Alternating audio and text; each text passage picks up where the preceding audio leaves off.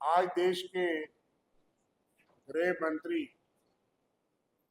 अमित शाह जी 23 दिन के बाद तकरीबन जो गोलाबारी हुई सीज फायर के बाद वो जम्मू पहुंच रहे हैं। बड़ी दुखद बात है कि जम्मू कश्मीर के बॉर्डर एरिया में इतनी शेलिंग पाकिस्तान ने सिविलियन एरिया में किया, जो सख्त मजम्मत करते हैं हम। और सबसे ज़्यादा तबाही, जान और माल का नुकसान पुंछ जिले में हुआ। कोई केंद्रीय मंत्री, गृह मंत्री, रक्षा मंत्री, कई उनके अधीन मंत्री हैं, इनके राष्ट्रीय अध्यक्ष और बाकी इनका केंद्रीय नेतृत्व से कोई नेता जो है वो पुंछ या बाकी जगहों नहीं पहुंचा। ये बड़ी दुखद बात है। और हमारे नेता लीडर ऑपोजिशन श्री राहुल गांधी जी सबसे पहले वहां पहुंचे। जहाँ पे सबसे ज्यादा दर्दनाक घटनाएं, उनका दुख और दर्द बांटने पहुंचे। उससे पहले हमारी पूरी टीम कांग्रेस पार्टी की वहीं सीज फायर हुआ और हमें जाने दिया। हमारे अध्यक्ष तारिक अमीर करा, उनके हमारी सारी टीम, रमन बल्ला जी, बेबी और बाकी भी जितने हमारे नेतागण, घर घर हम लोगों के पास गए। हम तो उनका दुख दर्द बांट सकते थे। बहुत दर्दनाक घटनाएं हुई। दो बच्चे जो है वो शहीद हो गए और कई लोगों की जान और माल का नुकसान हुआ। मंदिर के पास, गुरुद्वारे के पास, मस्जिद में, वहाँ मदरसा में जो काम करते थे। लेकिन हम उम्मीद करते थे कि सबसे पहले दायित्व और जिम्मेदारी जो है वो सरकार की होती है कि सरकार से कोई ना कोई केंद्रीय मंत्री, गृह मंत्री आते। और यहाँ तक कि प्रधानमंत्री जी ने अपने देश के संबोधन में, नाम संदेश में पुंछ का और बाकी तबाही का जिक्र तक नहीं किया। उसका भी लोगों को वहाँ बहुत बड़ा दुख है। देर आए दुरुस्त आए। लेकिन चंद सवालात हैं और जो बॉर्डर एरिया के लोगों की सफरिंग्स जो हमने देखी और समझी, जो उन्होंने मांगी उठाई, जो राहुल गांधी जी को भी उन्होंने बताया, वो वहाँ उठाएंगे। लेकिन जो हम जहाँ से जाते हैं वो उनके नज़र में रखेंगे। और बड़ी दुखद बात ये भी है कि नेता विपक्ष पूरे देश के जब आते हैं तो वहाँ की एडमिनिस्ट्रेशन के डीसी और एसएसपी उस जिले से बाहर चले जाते हैं। वो वहाँ नहीं थे, उनको किसी बारे से बुला लिया जाता है। लेकिन वो तो लोगों से मिलने आए थे। लेकिन जब रियासत के जो विपक्ष के नेता है और भाजपा से है, लेकिन असेंबली में विपक्ष के नेता, जब वो जिस जिले में जा रहे हैं उस जिले में सारी एडमिनिस्ट्रेशन उनके लाइन में रहती है।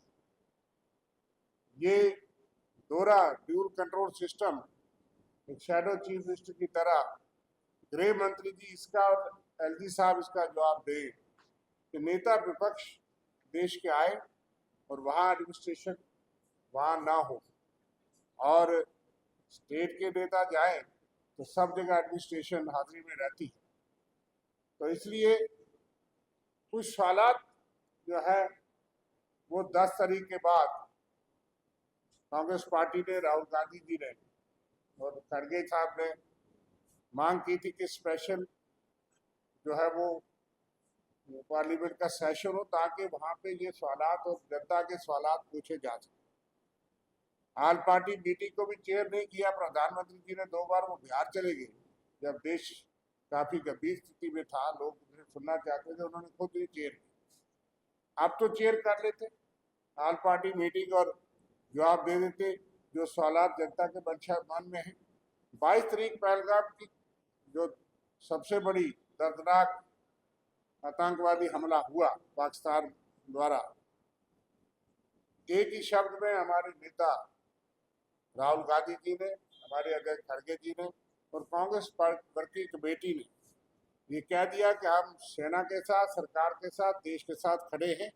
इस वक्त कोई सवाल नहीं पूछा, कोई सवाल पूछा नहीं गया।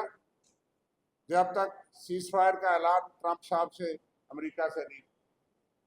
लेकिन अब चूंकि युद्ध विराम हो चुका है, सीज फायर हो चुका है, सेना को तो हम सल्यूट करने के लिए हमने जय यात्राएं भी निकाली, जैन सभा भी की, आप सबके सामने की, हजारों सैकड़ों और आगे भी चलेगी। सेना के पराक्रम और शौर्य को हम सल्यूट करते हैं सब, और कांग्रेस पार्टी और सारा देश उन पे कोई प्रेशर नहीं उठा सकते। जब जब जो सेना को टास्क दिया गया, उनको टास्क दिया गया, उन्होंने पाकिस्तान के 2 टुकड़े कर दिए।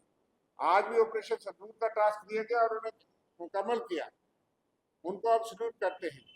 लेकिन अगर सवाल को उठा रहा है तो भाजपा के नेता उठा, वो चाहे मध्य प्रदेश से विजय शाह हो, जो मंत्री हैं इनकी गवर्नमेंट है, और आज तक सरकार ने या पार्टी ने उनके खिलाफ कोई कार्रवाई नहीं की, जिसने कहा कि जो इतनी शूरवीर हमारी कर्नल सोफिया के ऊपर सवाल उठा सकते हैं, ये बहुत ही निंदनीय है, बहुत ही शर्मनाक है।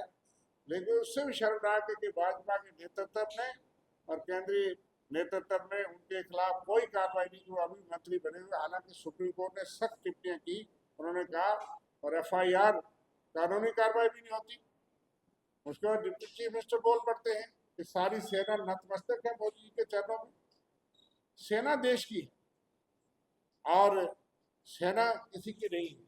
सेना आदेश सुनती है, राष्ट्रपति सुप्रीम कमांडर होते हैं, और जो सरकार देश में हमारी दुश्मन सेना है, लेकिन सेना पे इस तरह की टिप्पणी करना, उसके खिलाफ कार्रवाई कोई।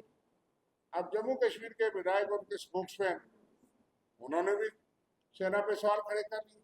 पूरे देश के अंदर सेना को डिमोरलाइज करने का काम भारतीय जनता पार्टी कर रही है, और ये सवाल दूसरों पे कर रही है, और इसका जवाब दे और कार्रवाई करें।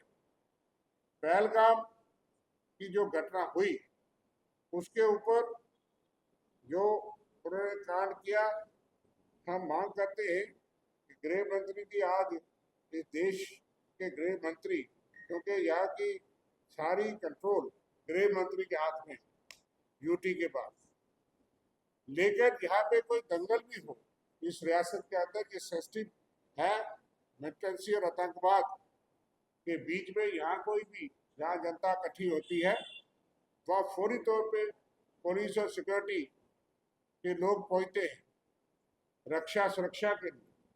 लेकिन बड़ी अचंभे की बात है, इसका जवाब दें कि यहाँ 2000 आदमी हर दिन पर्यटक जाते थे, और इस जंगल के बीच में, और तकरीबन साल में 8 महीने वो खुला रहता टूरिस्ट के लिए, वहाँ कोई भी सुरक्षा का बंदोबस्त न होना, ये क्या दर्शाता है किसकी नालायकी? कौन जिम्मेदार है? जब गृह मंत्री यहाँ पे आ रहे हैं, इसका जवाब दें, किसको जिम्मेदार ठहराया गया?